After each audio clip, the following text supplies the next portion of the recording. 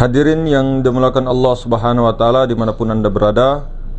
Jadi kita akan membahas tentang bagaimana cara selanjutnya atau praktek selanjutnya untuk mendalami daripada diri sebenar-benar diri. Nah, di situ kita pernah jelaskan ada melalui man arafa rabbahu faqad arafa nafsahu, ada yang lewat man arafa nafsahu faqad arafa rabbahu, dan ada yang lewat jalan-jalan yang lainnya. Jadi semua sebenarnya para ulama, para ahlullah ya, sebenarnya mengambil daripada hadis qudsi untuk bagaimana man arafa nafsahu faqad arafa rabbahu itu terwujud. Jadi itu dimulai daripada hadis qudsi yang mengatakan di dalam rongga anak Adam, ngerongga itu ada kolbu. Di dalam kolbu itu ada fuad. Di dalam fuad ada sagofa. Di dalam sagofa ada lubun. Di dalam lubun ada sir. Di dalam sir itulah aku. Lalu dengan metode seperti itu dia mulai masuk ya. Dia lalu masuk ke dalam dirinya, menyelami daripada dirinya. Oh, di dalam dada saya ini ada kolbu. Oh, di dalamnya lagi ada fuad. Di dalam fuad ada sagofa. Di dalam sagofa ada lubun. Nah, dia kemudian membuat metode ya yang kita kenal dengan 7 lataif. Nah, itu sebenarnya 7 pintu atau 7 titik kedudukan untuk bagaimana membersihkan dulu. Setelah membersihkan baru diisi dengan sifat-sifat mahmudah, sifat-sifat baik, sehingga nanti nampaklah tajalli itu sendiri dengan sendirinya. Nah, ada yang metode seperti itu. Ada juga yang melalui metode 7 sifat, kudrah, iradah, ilmu, hayat, sama, basar, kalam. Jadi dia betul-betul dengan metode itu dia menafikan sifat dirinya yang pernah dia akui selama ini, dia kembalikan kepada Allah. Karena dia mengetahui bahwa 7 sifat ma'ani tersebut yang selalu merasa dia pakai, dia kembalikan kepada sifat Allah. Jadi sehingga amaliyahnya la qadirun wala muridun wala alimun wala hayyun wala sami'un wala basirun wala mutakallimun illallah, dikembalikan semua kepada Allah, leburkan semua kepada sifat Allah.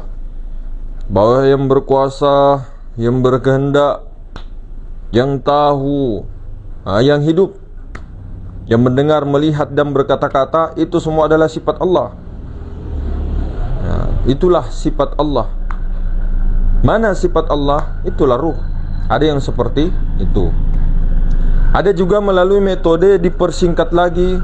Dari 7 tadi dipersingkat menjadi 4. Jadi tubuh, diri komponen ini ada 4. Tubuh, di balik tubuh ada hati, di balik hati ada nyawa, di balik nyawa ada rahasia, di balik rahasia itu aku. Jadi 4 dilewati baru ke aku. Itu ada yang seperti itu. Jadi dia betul-betul mengamalkan, masuk menyelam kepada dirinya. Di balik tubuh saya ini ada, oh ini jantung. Jadi geraknya tubuh ini dimulai dengan tafakkur. Geraknya tubuh ini, oh dengan ini, dengan jantung, dengan kolbu ini. Karena kalau tidak ada kolbu, tidak bisa bergerak. Karena ini pemompa ya. Jantung ini adalah pemompa darah. Oh, tapi jantung ini ternyata masih ada lagi di atasnya, di dalamnya. Oh, kalau tidak ada nafas atau nyawa naik turun ini, nah, coba kita tutup, bahkan ini tidak akan bisa berfungsi. Jantung sanubari tidak akan berfungsi kalau tidak ada nafas. Oh, ternyata ke dalam lagi, kalau tidak ada sir yang menggerakkan nafas atau nur ilahi, maka tidak akan bisa naik turun itu nafas. Tidak bisa. Kalau tidak ada sir di balik nyawa itu yang mengendalikan, itu adalah sir. Oh, ternyata di balik sir itu adalah aku. Aku yang sebenarnya yang kun hizat itu. Masya Allah. Baru dia mulai berjalan. Dia mulai berjalan dengan merasakan betul-betul, merenungi itu semua. Oh ya, masuk dia ke dalam. Di balik tubuh ada hati, di balik hati ada nyawa, di balik nyawa ada rahasia, di balik rahasia itulah aku. Nah, begitu berjalan dia. Jadi Kemudian ada juga yang menyingkat menjadi dua bagian. Oh, diri kita ini ada jasmani, ada ruhani.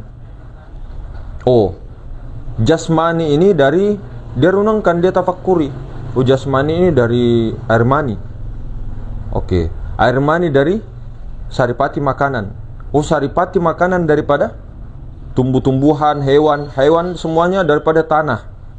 Nah, itu kalau diruntut ke air maninya. Tapi sebenarnya itu air mani itu daripada bapak. Jadi campurannya daripada saripati makanan itu dari hewan tumbuhan itu hanya sebagiannya. Tapi air mani yang sungguhnya itu daripada ubun-ubun bapak. Nah, ubun-ubun bapak itu daripada alam malakut yang kemarin dibahas itu tadi. Nafs, si jiwa itu yang memadat campur dengan ini menjadi air mani. Oh, berarti saya ini dari bapak saya. Bapaknya lagi dari bapaknya sampai Nabi Adam. Nah, Nabi Adam dari Homo sapien, begitu. Setelah Homo sapien Meganthropus, baru Pithecanthropus. Itu salah. Itu lain, itu teori yang tidak bisa kita terima. Karena kita bukan nenek moyangnya, itu bukan evolusi begitu. Itu menurut kita ya. Kalau menurut di luar silakan saja. Kalau mau percaya, silakan saja. Perbedaan di antara kita bukan saling menyalahkan, tapi ini keyakinan saya begitu. Ini keyakinan saya, tidak percaya dengan monyet. Artinya, saya tidak percaya nenek moyang saya adalah Homo sapien. Semua memiliki hak untuk memilih. Tidak perlu sama. Oke? Tegaskan pendirian. Saya satu ya satu, tidak boleh dikacau lagi. Kalau kau mengacau keyakinanku, nah itu kamu salah berarti. Nah, ini keyakinan kita. Bukan berarti kita menegaskan harus paksa orang ikut sini, tidak. La ikraha fid din, qad tabayyana ar-rusydu minal ghayy. Faman yakfur bit-taghuti wa yu'min billahi faqad istamsaka bil urwatil wuthqa la infisama laha wallahu samiun alim. Allahu waliyul ladzina amanu yukhrijuhum minadh dhulumati ilan nur. Tidak ada paksaan di dalam ad-din itu, tidak ada paksaan. Dalam pendapat apapun tidak ada paksaan. Cuma kalau berbeda pendapat, mau dibantah silakan, tidak dibantah juga silakan. Ikut silakan, tidak ikut silakan. Begitu saja. Nah, kita lanjut. Jadi daripada Nabi Adam kembali lagi ke tanah. Tanah dari air, air daripada angin, angin daripada api, api dari Nur Muhammad dari Nur Zat, Zat daripada aku juga. Cuma terhenti di Nur Muhammad supaya nanti amal ma'rifatnya menyaksikan Nur Muhammad yang zohir ini, yang zohir ini di betul-betul disuhutkan bahwa yang zohir ini semuanya ini dari Nur Muhammad. Nur Muhammad itu apa? Tuh Nur Muhammad ini bukan angin loh ya. Ini. Nur Muhammad di luar di dalam itu Nur Muhammad. Jadi yang kasar-kasar ini tidak dipandang lagi. Memang secara syariat dipandang, tapi secara syuhud batinnya, secara di dalam amal ma'rifatnya, pandanglah ini semua yang berbentuk ini, yang bisa dipegang ini, itu dari Nur Muhammad. Pandang semua itu, yang berbentukkah, yang tidak berbentukkah, itu semua Nur Muhammad. Nah, baru di balik jasad ini itu ada ruh. Nah, ruh yang mana kita lihat? Karena ada 9 ruh tingkatan. Ruh langsung yang ruh sultannya, langsung ruh sucinya, langsung zat mutlaknya, nur ilahiyah. Nur ilahiyah dari aku yang kunhizat itu. Jadi langsung jasad kita dari Nur Muhammad, otomatis alam semesta dengan jasad kita ini kan satu ya, mikrokosmos dengan makrokosmos ya. Jagat besar, jagat kecil. Jadi kalau ini yang dari Nur Muhammad, sama juga alam semesta dari Nur Muhammad. Nah, yang dibalik alam semesta itu, nah, dibalik ini jasad kita ini dari Nur Ilahiyah langsung, Zatul Mutlak. Maka batin Zatul Mutlak, Nur Ilahi, nah, Zohir Nur Muhammad. Begitu. Jadi maksudnya begini, yang zohir ini sebenarnya, yang zohir ini dari ujung rambut sampai ujung kaki itu tidak ada bayangan. Bayangan dari apa? Bayangan dari wujud Nur Muhammad. Jadi pandang-pandanglah ini, pandang-pandanglah yang wujud majazi, wujud bayangan ini, itu tidak lain Nur Muhammad. Geraknya Nur Muhammad, kuasanya Nur Muhammad, kehendaknya Nur Muhammad. Yang mengetahui alimnya Nur Muhammad. Hidupnya Nur Muhammad, pendengarannya Nur Muhammad, penglihatannya Nur Muhammad, pembicaraannya Nur Muhammad. Apa sih Nur Muhammad? Ruh. Ruh apa? Ruh idhofi. Idhofi itu apa? Penggabungan dua kalimat menjadi satu. Ahmad, Allah Muhammad. Ahmad Rasulullah. Tuh, pandanglah. Maka prakteknya ketika sudah paham itu, yang memandang Rasulullah, yang mendengar Rasulullah, yang yang berkalam Rasulullah, yang berkuasa Rasulullah, yang tahu Rasulullah. Kalau anti dengan kata Rasulullah, yang bergerak ruh, yang melihat ruh, yang mendengar ruh, yang berkata-kata ruh, yang berkuasa ruh, yang berkehendak ruh, yang tahu ruh. Kalau kita anti dengan kata-kata Rasulullah hakikat, ruh. Oke? Kalau sudah mengetahui, mengamalkan itu, yang bergerak ruh, yang anu ruh, yang apa semuanya ruh, yang berkuasa ruh, semuanya yang berkalam ruh, bertubuhkanlah ruh. Jangan bertubuhkan jasad. Kalau sudah merasakan itu dilatih, Pak, dilatih, dirasakan betul-betul. Bertubuhkanlah ruhani itu, bertubuhkanlah Rasulullah. Kalau sudah bertubuhkan Rasulullah, tidak lagi memandang jasad, tidak lagi memandang alam semesta. Hancur lebur, sudah kiamat. Tidak ada lagi istilah memandang alam semesta, kan memandang ini, tidak. Tapi memandang Rasulullah, yang memandang juga Rasulullah. Kalau sudah diri zohirnya bertubuh Rasulullah, naik lagi. Atau menyelam lagi ke dalam. Apa di balik Rasulullah? Siapa di balik Rasulullah? Sir Allah, Sirullah, Nurullah. Nurullah ini tidak lain daripada aku, kata Allah. Jadi bertubuhkanlah nur Allah, bertubuhkanlah zatul mutlak. Itu sama, tidak lain dengan bertubuhkan Allah. Tuh, bertubuhkanlah zat mutlak. Maka ketika sudah bertubuhkan zat mutlak, bertubuhkan maharuang, bertubuhkan nur ilahiyah, maka itulah sama dengan bertubuhkan aku Rabbul Izzati. Artinya berdiri dengan maharuang, berdiri dengan zat Allah, berdiri dengan nurullah. Itu yang betul. Baru nurullah itu sendiri atau zat mutlak itu sendiri yang menyaksikan ruh melihat. Zat itu yang menyaksikan ruh mendengar. Zat itu menyaksikan ruh yang berkalam. Zat itu yang menyaksikan ruh yang berkuasa. Zat itu yang menyaksikan ruh yang berkehendak. Oke. Kalau ke Nur Muhammad atau Rasulullah begini, zat itu memandang atau menyaksikan Rasulullah melihat. Jadi melihat yang melihat itu bukan melihat, tapi memandang yang melihat. Siapa yang melihat? Rasulullah. Oke.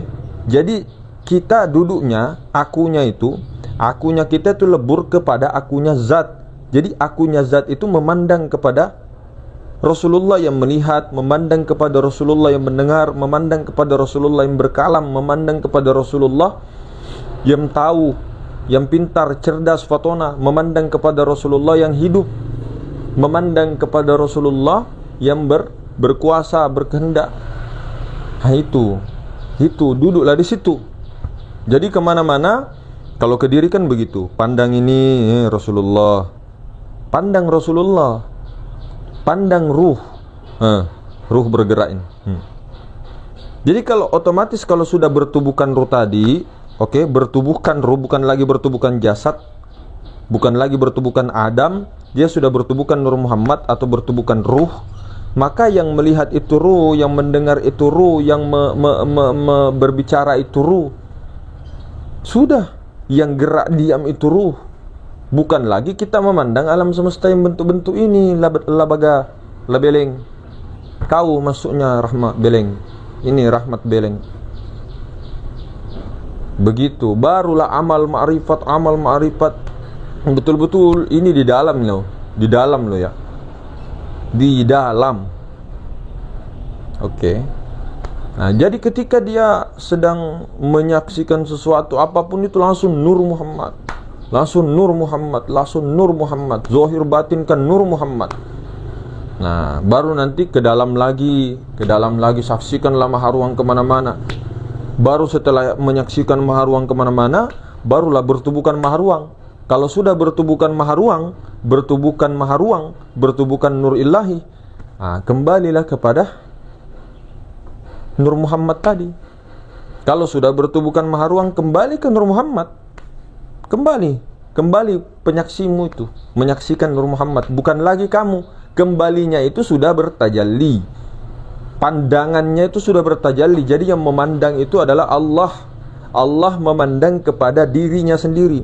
Allah memandang sifatnya yang melihat, Allah memandang sifatnya mendengar, Allah memandang sifatnya yang berkalam. Allah Ta'ala sendiri memandang dirinya, sehingga terjadilah Allah Ta'ala sendiri yang menyembah dirinya, Allah Ta'ala sendiri yang memuji dirinya, Allah Ta'ala sendiri yang berselawat kepada dirinya, Allah Ta'ala sendiri yang menyaksikan dirinya, Allah Ta'ala sendiri yang menyaksikan dirinya segala-galanya.